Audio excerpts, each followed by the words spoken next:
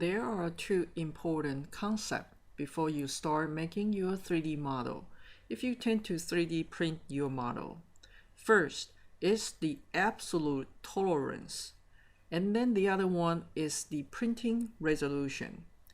Hi, I'm PJ Chen, an authorized Rhino trainer. Let's talk about the difference between those two and how important is it for 3D printing. Let's get started. When we open the new Rhino file, you're going to come up this window and give you the template. There are two types of a template in all different dimensions. Let's using millimeter as an example. You have small object millimeter, and you also have large object millimeter. What is the major difference is right here on the right bottom corner, you will see absolute tolerance. And what that means in those two differences is the small object millimeter template has much smaller tolerance. Let's take a look how it's different. I already have this model made, and let's take a look on our absolute tolerance. If you go to Rhino options and then you can go to unit. Right here you will see absolute tolerance is 0.001 unit. Now I'm going to open another one as a comparison. This one, I have it pre-opened here, and let's take a look on this one. I'm going to set this one for absolute tolerance is 0.1. So this is 1,000 times different compared to those two files. Okay.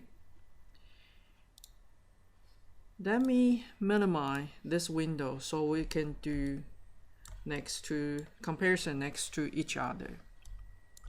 I'm going to copy this model and Control C and Control V to bring this model to the other file, which has a smaller absolute tolerance. If we try to do the model, a lot of time we need to fill the edges. So let's take a look on this one. I'm going to go to the 3D, the solid tool, and we'll go in here for Phillip Edges. Right here, the radius, I want to set it really small, 0.01. You can just type it 0.01 here. And we're going to pick up this really common mistake happen here is when you get to something really pointed, and then you use too big of a radius and it won't work. So you have to go smaller. So 0.01. If we zoom in, we got a really nice fillet there. Now let's take a look on this one with a larger tolerance. And then we're gonna do exactly the same things. We're gonna go into the solid, and then under the solid tool, you have this Phillip Edges. So we want to pick up this one, and then the radius we want to set it the same, 0.01. Hit enter and pick up the edge. All of a sudden you see the huge chunk of your model is disappear, and both models actually exactly the same. Why the one on the left is working, the one on the right is not working? It's based on the absolute tolerance, because the one on the right absolute tolerance is 0.1, and you want to go smaller than its tolerance to 0.01. That's why it's not working. So let me undo this one, and I want to do any size is bigger than 0.01. So let's do this again. This time I wanted to use the radius is 0.11, which is a little bit bigger than 0.1. And let's take a look. Now it's working. So what I mean is, if your model is preset in the tolerance which is larger, a lot of time when you get into really tiny pointed, and which happen a lot in the jewelry design, then you will have the problem when you try to fill the edges because the tolerance is too big.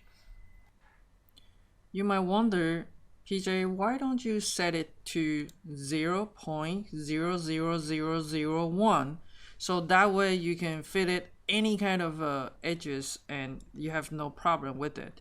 Well, that will increase your file size dramatically.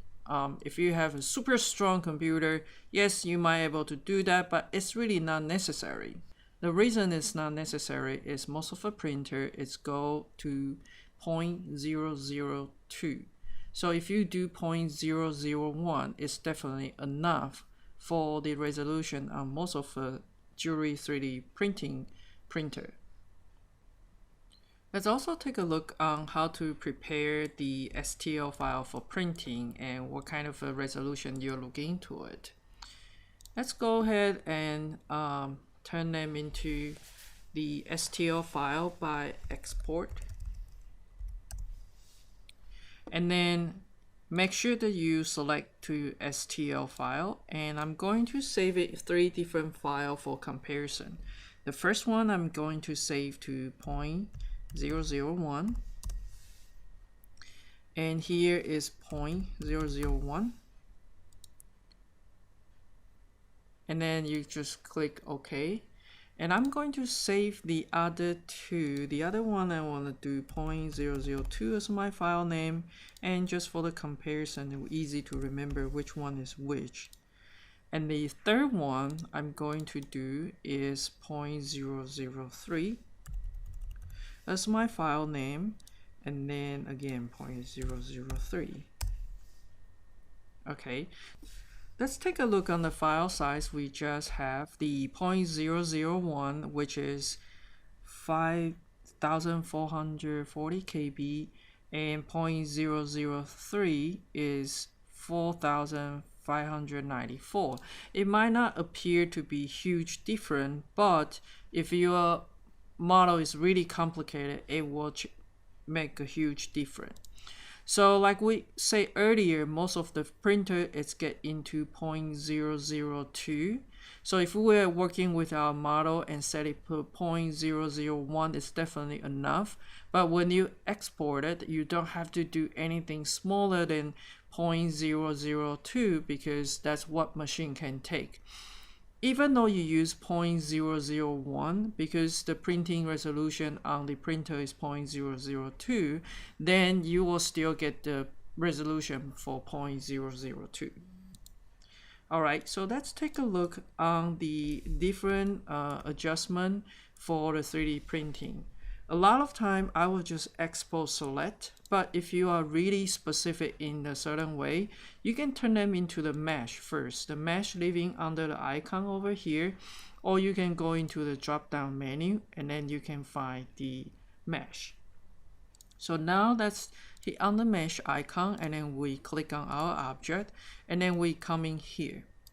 Most of the time you will see the simple control, so you can get into the fewer polygon or more polygon, and which I usually will do just more polygon, and then you can kind of preview it. It will kind of mash them into the little square for you. If you do like it, you can also use the detail control, and in the detail control I won't suggest you to play have multiple number in multiple areas, but let's get a really quick understanding for what they are. I'm going to turning everything into the 0, and then right here in the density on the first one you have an option between any number below 1. So let's try 0.1 and we hit preview. As you can see, the density is a lot looser, and then you can see is you have this point to point become the straight line instead of curve. So the model you're going to print it out, it's going to be really facet. Now if we turn it back to 1 and we hit preview, then you can see it's a lot more denser. Then you say, PJ, can you go up to 10? Let's try it. And then we want to preview, and then you will go back to the number 1. So the density is go from any number from the below 1. The maximum angle is you can make sure that each of the angle, it cannot be larger than certain angle. Couple other things you might able to change. For example, you want to change the minimum and maximum edge length. That means in this little square, that is the length you wanted to do for the minimum and maximum. So that's what that means. One of the interesting things is maximum distance edge to surface. What that means is I have a draft here for you. Let's take a look on this draft. Let's say if I'm going to having this circle and I'm going to turn them into the mesh. All right. Now the red color here is representing the mesh. And then when you have a straight line across point to represent certain curve, and from that point, the tip of the where the two straight line meet to the surface, original surface, there's a distance there, which is this blue line there, and that is what that means over there.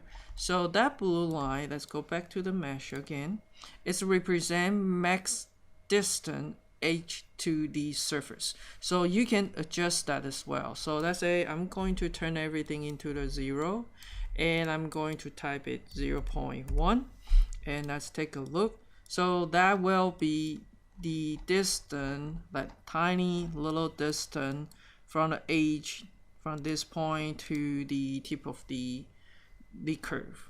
All right. So a lot of time to save my time, I will use the simple control, and then I use more polygon, and then that way I can preview my mesh. Most of the time, what I do on my model is first I'll check it, there's no naked edges. You go to Analyze, then you go to the Edge tool, then you will see Show Edge. Then you click on the object you're going to 3D print, and right here on the command bar you will say it found certain numbers of the edge and there's no naked edges, then you are good to go. So right after that, I will use Export. Then I will choose where it's located and giving the file name, let's say PJ. And then when you hit save, it will ask you like what is the maximum distance between the original surface or the solid and the polygon mesh create for this STL file.